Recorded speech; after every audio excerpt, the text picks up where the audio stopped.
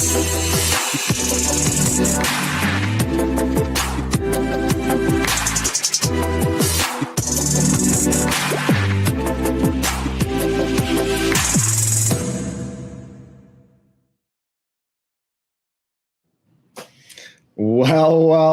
everyone, it's a brand new year. It's time for another year of tokenization, everybody. We're your hosts. I'm Herwig. You can call me Happy.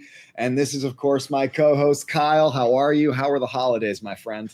Herwig, holidays were great. It's good to be back, though, because we have quite a segment here of tokenized news to kick off 2025. The bull market is in full effect. We're excited to see the developments. People have been making money, so that means investment into infrastructure for institutional adoption.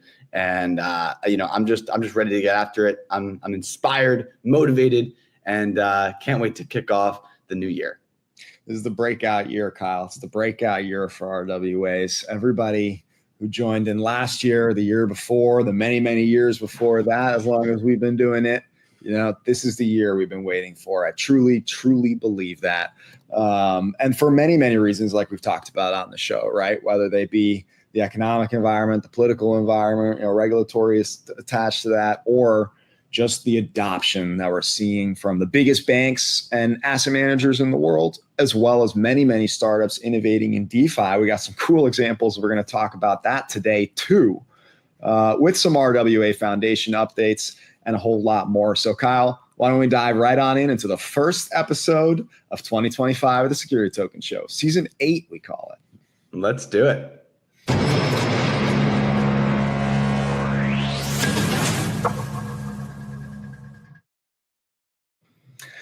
Well, for those of you who are new tuning in, this is the Market Movements, where we're going to talk about some of the biggest stuff we feel happening this week specifically, which, sounds crazy given that it was New Year's and you might not think that there's anything happening, but we're going to get right into it. But first, if you do like this show, if you're a fan and you're not a subscriber, make sure you go hit that subscribe button. Make sure you like this video and give us a share to somebody that you think also needs to get into RWAs. They need to watch the show to get them into it. We got you.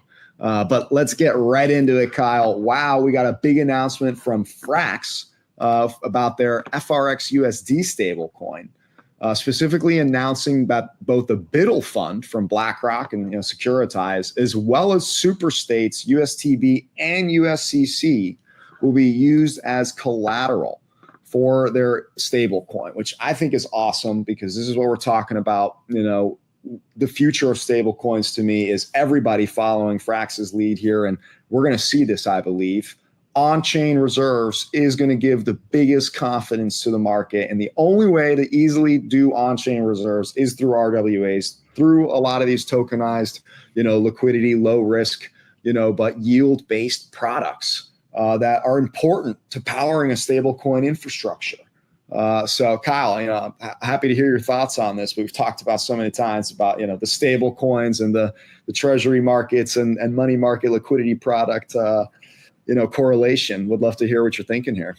Yeah, well, I think that, we made a pretty big deal, and I remember talking about it quite a bit, that the BlackRock BUIDL fund, the product that they were creating was considered a cash equivalent. We talked about this from before.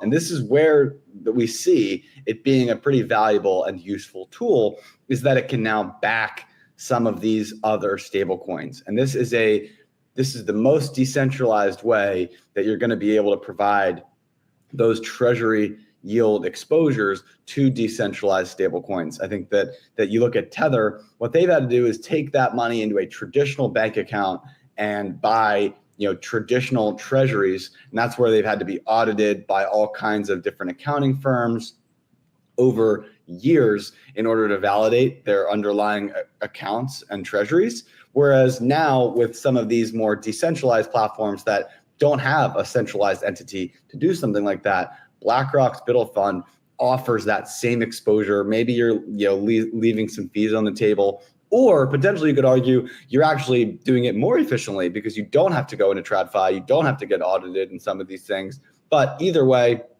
this is a solution for many of these decentralized stablecoins to still get exposure into a lot of these yield-bearing products this is going to continue to rise. This is the difference between the stablecoin era of last cycle versus the stablecoin era of this cycle.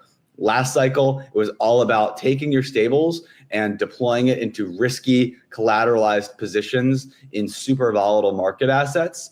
Now, this cycle, it's about taking your treasury and backing it to low yield generating products that are stable and conservative, but are consistent over time. And I think it's a much more efficient, effective, and I think foundational market infrastructure.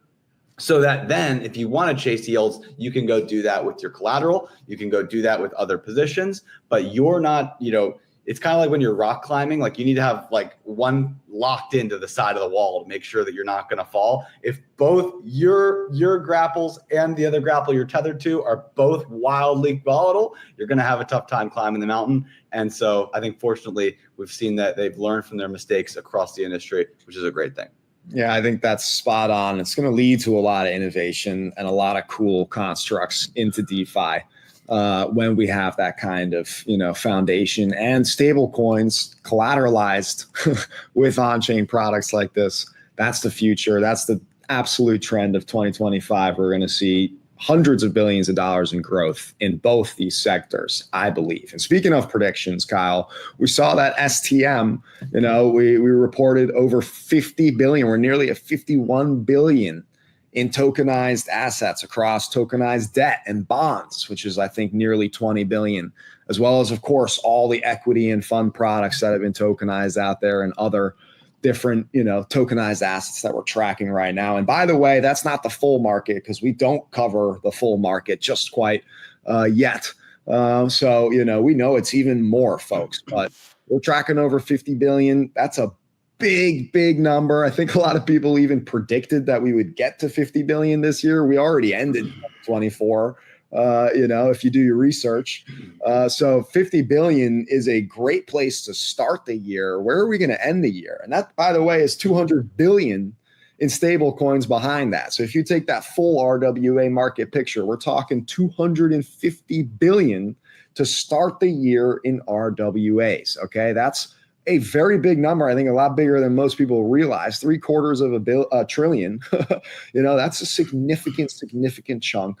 Kyle, do you have any predictions you'd like to put on the table here? Yeah, well, look, I think that it's pretty awesome to see a $50 billion market here of non-stable coins, right? We're talking about RWAs. I think that this number is going to continue to grow as well. I love the fact that now, especially as we've talked about with the Frax announcement, a lot of this is possible without traditional banking. And I think that that's a fascinating example of how this market and industry continues to drive adoption because of the fact that we've mentioned this for 5-6 years now. It's actually not too difficult to bring value on chain. All of the plumbing, all of the connective tissue that makes this investment process, the capital markets formation process happen, that's the difficult part in tokenized RWAs. And a lot of that is getting solved right now. Herwig, I like your predictions. I think that it makes sense from a trending perspective. I really hope that we see it break $1 trillion by the end of the year. But you're the king of predictions. So I'm going to follow along with you and just root for the predictions that you have here. And we'll see how it grows over time. I think that my biggest prediction will probably be that stablecoins by the end of the year break into the top 10 owners of U.S. government debt. That's probably, I've been betting and been bullish on stablecoin growth and adoption. So I think stablecoins and crypto as an industry will break into the top 10, which really continues to drive this insulary moat for the industry where the government is really just handcuffed to a lot of this stuff. And it's going to force adoption and limit a lot of the regulatory crackdown. I mean, of course, I agree with you because that stems a lot of what I believe what's going to push us to $1 trillion at the end of the year, which is stable coins are going to keep growing from 200 billion to 400 or 500 billion, most likely, right? And we're also going to see that equalization of on-chain reserves. The crypto industry moves fast, folks. You're going to get left behind when you don't evolve, and the best products are going to soar, and we're going to see stable coins in the tens of billions grow to the hundreds of billions, and they're going to be tied to on-chain treasury products and cash equivalent type structures, right? And so that's going to carry the whole RWA market together and kind of create this synergy. So as stable coins keep growing, so will this non-stable coin market, right? And it'll end up at parity, and if not more. I actually think about 500 and let's call it 500 billion stable coins, 550 billion in RWAs to end the year to push us right through $1 trillion. You'd be surprised just how fast adoption could go from here. Kyle, we talked about just a week ago or 2 weeks ago about, watching Hashnote take an inflow of over $1 billion in 1 month. Okay. We have entered a new stage for the market, and nobody is bullish enough. I am. I hope you are too. You're going to see why. We're actually coming out with a great report before the end of the month about some of our predictions. But no, Kyle, I appreciate that. Well, you know what? If I really wanted to hot take it up, if we wanted to dress it up just a little bit more, drop a hot take. I'm going to say it breaks in the top 5, which would mean it needs to be about a $340 billion holder of government T-bills, which feels realistic. If we have a $500 billion stablecoin market, it's not unrealistic that they own $340 billion in T-bills, and that would surpass Canada to break into the top 5. And that includes the collective of all other countries, and then Japan, I think it's China, the UK, and then there's maybe one more, but it would break into the top 5 with around 300 to 400 billion.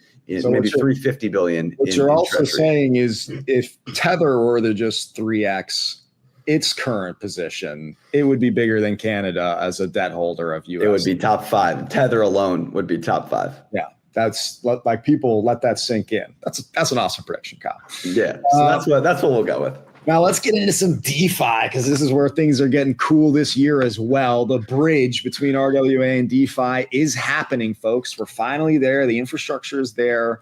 And I think it's being shown right now by Denari and Nest, which is, the staking protocol exclusive to the Plume network. They announced that they officially are taking the Blackstone ETF product from Denari and creating a vault with it. So you'll be able to get a permissionless vault access that features the Blackstone Senior Loan ETF and, bring that yield into the DeFi users, which, I think is pretty dang awesome, especially because they do features like dividend accrual and automatic reinvestment, if you want it.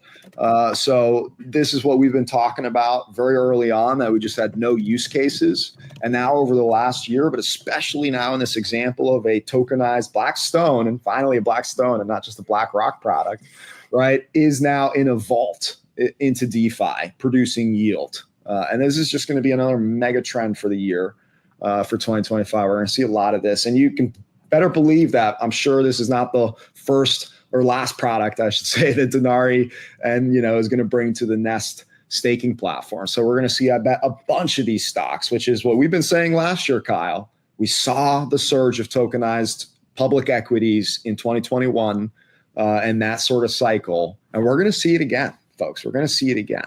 So I don't know what you think about this, Kyle. I'd love to hear your thoughts as well. Yeah, I think that, me, I've been so passionate about quantifying the benefits of tokenization. And while these are qualifiers, they are some really interesting things. It says, some of the key features of this tokenized version of the fund: competitive yields with the existing product, meaning, your BATNA is about the same. But also the other thing here is that it's a guaranteed 1-to-1 USDC redemption and automatic dividend accruals and reinvestments. So you're getting all of the exact same benefits, or at least almost, a competitive yield, while getting automatic and programmatic redemptions and automatic and programmatic distributions, which means you're getting them in real time, hopefully. And if you look at it from the fund management side, how much easier is it for them to handle all of this stuff when they can just programmatically push this thing through Herwig? So I'm a big fan of what they've been able to do here with Denari, which we've been covering them for a long time, and Plume. This feels like a great partnership. Awesome to involve Blackstone as well. And on the Plume topic there, Herwig, yeah, they also did just announce the launch of a $25 million real world asset ecosystem fund. They are trying to kind of rebrand this a little bit as RWA.xyz, as opposed to DeFi, which I think I'm going to need a little bit of time to get used to that phrase. But they are getting involved here. The goal is to launch a fund to support tokenization of real world assets and early stage projects here. So they specifically noted, they want to invest in projects that incorporate RWAs, including treasuries, GPUs, which we have covered in the past, some of that decentralized compute, luxury goods, and private credit. And they did receive investment from a bunch of big funds: Galaxy Digital, Hashkey, Reciprocal Ventures, Superscript, and others to get involved here. So that's going to be led by Chris Yin, from the CEO of Plume.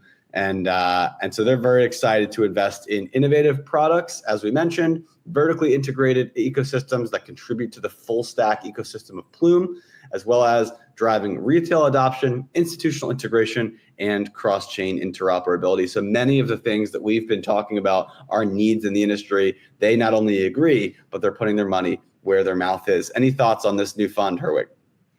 I mean, we love to see ecosystem funds, right? This is an absolute proven tactic, to bring development. You're incentivizing development, on the Plume network essentially here, right? In a lot of great categories that you just listed out. So this is just great for the whole industry. So I got to give props to Plume for this. Don't want to give them props just quite yet for RWA.xyz. I gotta definitely digest that one too. But that is an awesome fund. Great work on not just, what they just did with their RWA staking with Nest, but also this $25 million fund. That's awesome. That is just, I hope others are inspired and we start seeing more and more ecosystem funds come to market because, again, that's just going to keep growing the wave of tokenization. That's right. And they didn't stop there. They also had another piece of news. They kept the trend going with Ondo. Ondo has been all over the place. They make sure to partner with every layer 1 and layer 2 blockchain to provide their different treasury products onto new blockchains. And now Plume joins the bunch. Ondo Finance has connected with Plume in order to offer their tokenized treasury products on Plume Network, including their dollar yield, which is their treasury-backed yield coin now that has 450 million in total value locked, and they've integrated with 8 different blockchains. So pretty cool to see 2 great RWA.xyz, real world asset fi companies coming together to integrate here. It makes a lot of sense. We've seen this trend with Ondo across many different tokenized companies.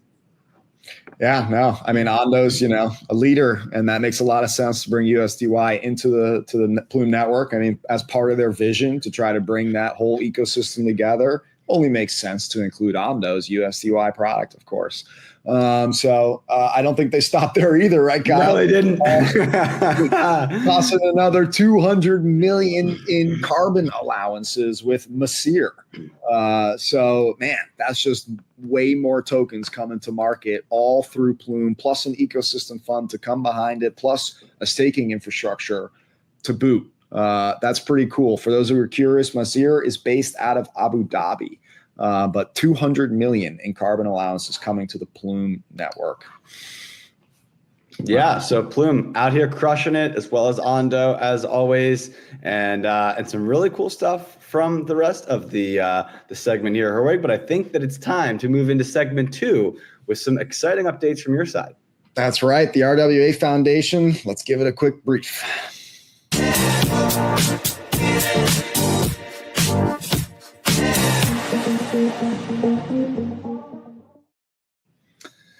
And for those of you who are new, the RWA Foundation is our new initiative to unite the crypto industry and bridge RWAs to DeFi.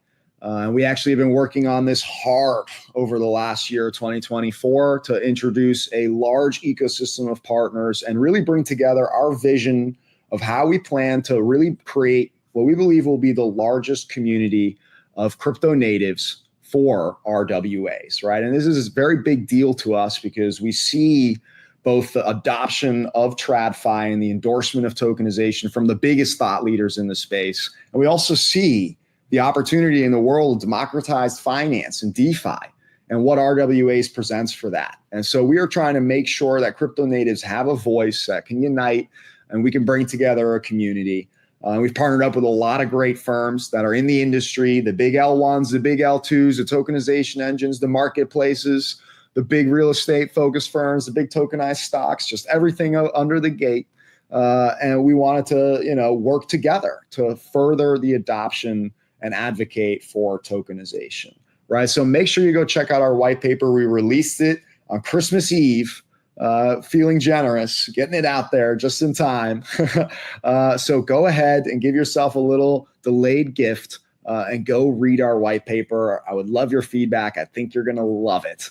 And what you can expect from us now is actually we're going to be announcing our roadmap for the year. We're going to be working on our governance docs that you'll be able to kind of understand how our infrastructure is going to be working for the Wally DAO, which is the DAO that we're going to create as part of the RWA Foundation.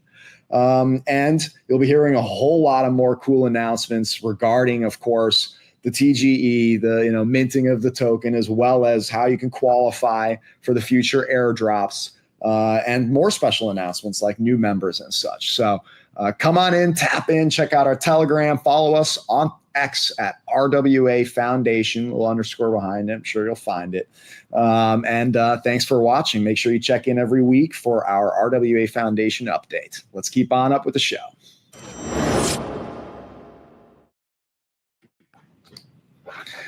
Kyle, we're not done with our week of news, are we? No, we are not. Well, that was an awesome Real World Asset Foundation update there, Herwig.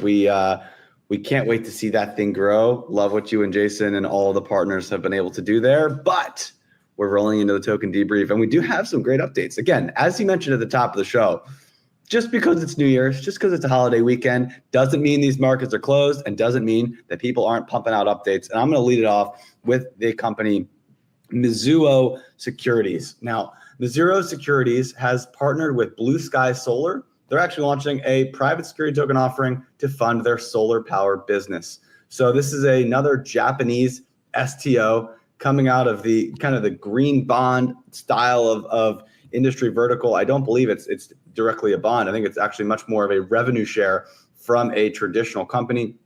But they're producing 8 solar power generation facilities. I think it's an acquisition, and then they're selling the revenue share of that acquisition. This is just a really cool way to finance an acquisition project and is a global example of how connecting into the financial markets can provide really interesting yield returns that are maybe non-correlated from the existing things in your economy. And I think that especially with people that are based in the US, they're so used to the huge suite of products and services in the US that offer you yield. Other places may not have that same stability. They may not have that same offering stack.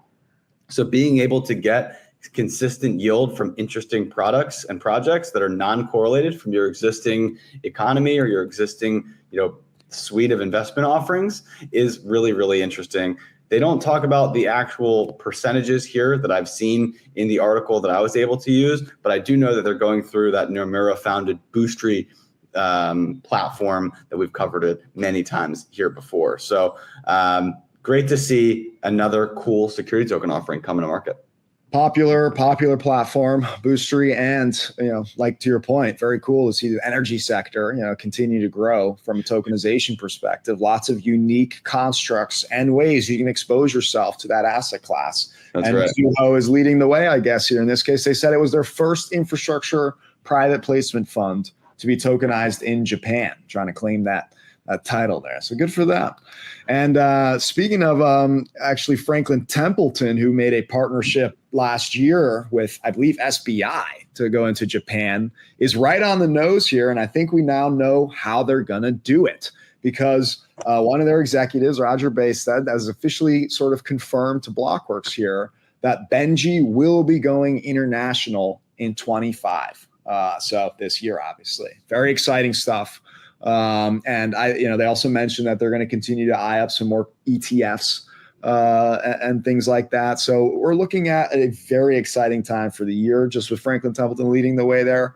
And I think Benji going international could be a huge boon for adoption for the token. So I'm excited to see that now over $500 million product, cooking.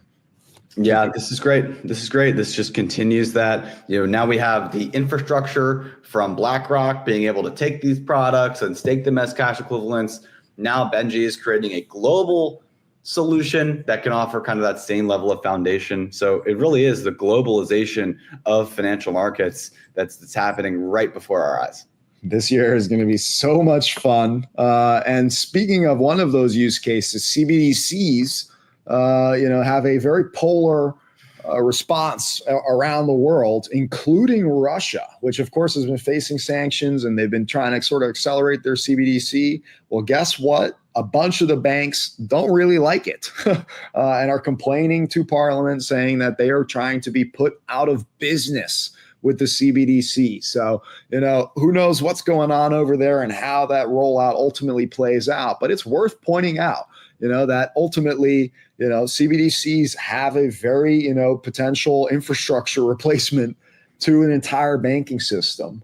And, in some cases, maybe there are, rent seekers. In other cases, maybe having, a certain structure to the banking infrastructure, right, is valuable. So, it'll be interesting to see how the U.S. ends up responding once the Fed continues to keep pushing their CBDC.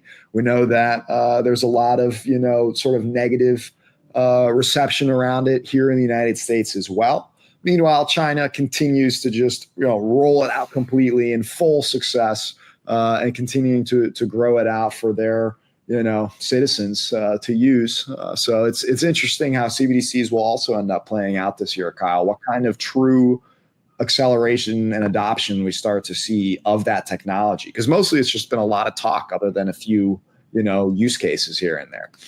Yeah, no, I think that's a good point. And when I was reading this article, I actually didn't realize, and maybe it's just because we're so caught in the weeds here, one of the big criticisms of CBDCs that I hadn't fully considered was the fact that it really introduces significant concentration risk at the top of the pyramid, right? And so a lot of these regional banks and branch banks are basically pushing back against the CBD, saying, look, this is going to put us out of business. And while, of course, they're just looking out for their best interests, if you're thinking about a healthy economy, we're all about blockchain here, right? We're all about this decentralized idea of finance. What are we battling against? This idea of having centralized point of failures, right? And so if you kind of suck all of the liquidity and all of the control out of this large network of nodes, if you will, to use our blockchain analogies, which are those small regional banks across the country, instead have that control all the way up and focused in a centralized entity like a central bank, there are risks associated with that, right? There's going to be, there theoretically will be a much more elastic economic policy, meaning slight changes in policy and deviations, slight changes in rates, or slight changes in how they do things could have massive downstream effects because of how many pieces of the puzzle are tied directly to that decision itself, versus having intermediaries like in middle banks that kind of can help buffer some of those decision making. So I think that this definitely is a really interesting concept that I hadn't thought about, in terms of kind of, it does ratchet up the pressure from a CBDC, or a central bank, that if they launch a CBDC and put a bunch of these banks out of business, there's a lot more pressure on them to make sure that they get it right in terms of what their policy is, because it could have much, much more extreme downstream effects than the wrong decision in a system with a lot of cogs in between. So I think that that's a really interesting kind of macroeconomic policy discussion that wasn't necessarily covered in this article and isn't necessarily to be discussed today from us, but one that I thought, really kind of got my wheels turning, and I think is a smart philosophical conversation to have as we roll these things out. It was definitely worth bringing up, I think, for sure, Kyle. Just like it is to talk about the Binance ecosystem expanding into RWA, specifically with the Binance wallet now being integrated by Matrix Stock for their XAUM gold token, Kyle. So that's 1 troy ounce of gold that you can now have represented via a token, right? We've seen many other similar type of gold structures and products that are tokenized come to market these last couple of years. But I do like this article in the point of highlighting out that this announcement, is showing that Binance is growing and it has its presence and knows about RWAs. And I think they're going to continue to come into this space in a big way this year, including through the same strategy. We saw this kind of with the base token from Coinbase, where Coinbase wanted to alienate itself from RWAs from kind of like the top level, the crypto exchange level. But when it came to Base, they want to support Base as a blockchain that a lot of different, tokenization use cases can apply on for the Binance chain, like we see with Bricken. Now we see their custody wallet, for being used for the gold token here with Matrix stock. So I think you're just going to start seeing this healthy infrastructure start to display itself. And we're going to see an ecosystem of RWAs really start to grow on Binance this year, I think. And Binance does numbers, folks. So I think that's kind of bullish. That's right. This is, just more RWA access for a lot of these crypto companies. I think the commodities offer kind of that easy bridge for crypto companies, crypto exchanges to start working in the RWA ecosystem without having to embrace securities, because a lot of them are concerned about the compliance there and the downstream effects of what that means for a lot of the cryptos they have on their platform. So I love the fact that they're working with gold. It seems like the natural fit. We got one more to finish off the week, Kyle. Yeah, take it away, Herwig. Finance. Yeah, would love to. Singularity Finance and Crimbo, focused on compliance, being sort of an Oracle solution, is now integrated with their L2, right? As the Singularity is an L2 for what they say is an RWA framework, as well as focused on AI, which is, of course, very buzzy and hot right now. But their focus is actually around the travel rule, the FATF, the FATF travel rule, which is a big compliance issue for sure, and definitely necessary if we, need to, kind of tackle that issue. And it seems like maybe they have figured out how to start to sort of automate and maybe leverage Oracle solutions to bring in efficiency to meet this rule. So, definitely it sounds like it's a great opportunity to tackle.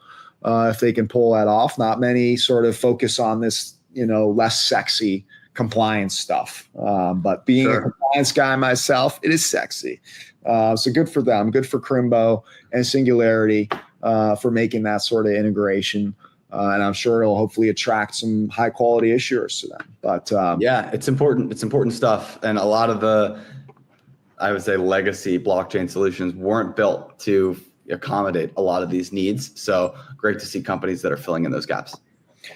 Indeed, but that's all we got for this week. We, of course, will be back with next week, and we have one more segment, so don't go anywhere. Let's finish the show.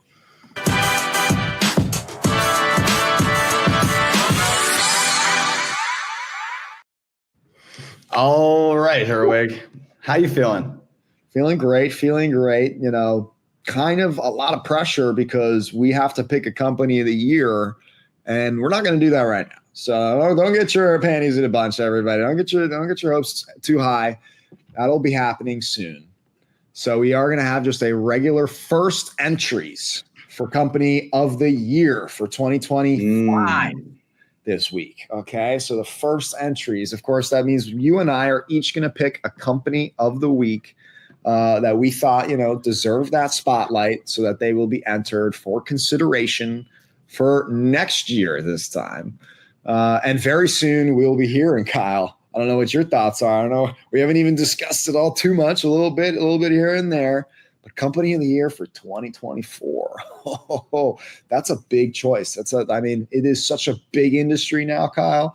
And so many big things have happened, so many massive achievements that it's tough. It's tough, I gotta say. Yeah, no, it's a pretty big announcement. We can't wait to do that. But as you said, I don't want to steal the focus from episode 266. They're winners, Herwig. You and I both picked two companies that I thought absolutely crushed it. I thought both of our choices this week were A+ and really start 2025 with a bang, because theoretically, with the pace that both of these companies are doing, either one could be in the running for Company of the Year 2025. And my winner this week is Nest.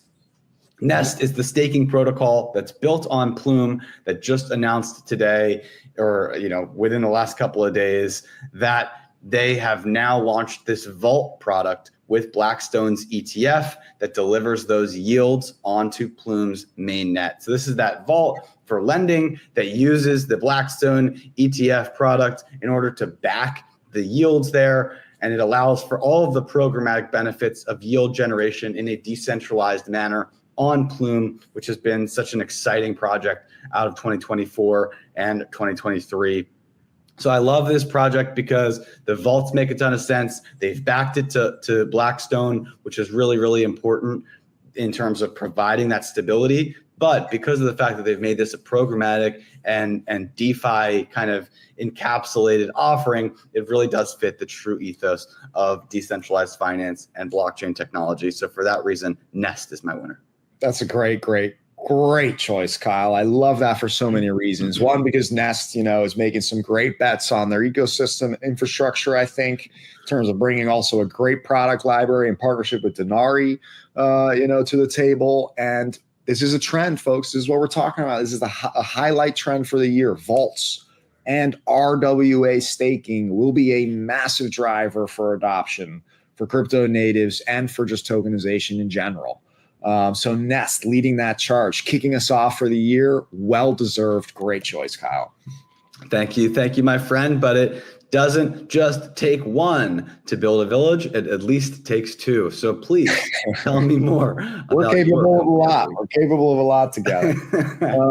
But that's right. I have to pick a winner too. And I think I want to pick my winner to highlight the second major trend we're talking about for the year, right? Which is stable coins are going to continue to explode and on-chain reserves are going to explode with it. And Frax is now the poster child of showing how that's done, with just recently approving, with their community by vote, both for Superstate and BUIDL for their products to be used for support, as collateral with the Frax USD. So I think the stable coin relationship with on-chain products, non-stable coin RWAs, right? It's going to continue to develop this year and it's going to blossom. And I can't wait to see that happen. So good on you, Frax, for, showing how it's done. Yeah, this makes total sense. Frax crushing it and brought a fascinating product to market and locked in a lot of those cash equivalents, which is so, so important for the DeFi ecosystem. And with that, Kyle, that's our show, man. We're back at it for another year. We can't wait. We got a lot of awesome things happening this year as well. Tokenize This coming up in April in New York. It won't be that far away. Just wait. And we got some great announcements around speakers and such coming out for that soon. And of course, at stm.com, make sure you're watching or you're subscribed to our newsletters. You're watching our other videos that we're putting out there. We're putting out great reports and research, like the real estate guide that we just put out for 2024. Tokenized real estate is at over 5 billion, folks, in total size. It is no small market today, if you didn't realize that. And it's, a good read if you're interested in that sector or asset class. So we got a whole lot more great research coming out, a whole lot more great secret announcements that I just can't quite mention yet. I know Kyle's got a lot of great stuff coming at you from Global Settlement Network. And again, the RWA Foundation. It's the year of Wally. Go read our white paper. I bet you're going to love it. Kyle, any closing thoughts? Herwig, this has been a fantastic year. We're rolling into 2025 strong. Really, really happy to be here as always. Thanks to the STM team. Well, they call me happy because of this. Happy tokenizing, everyone.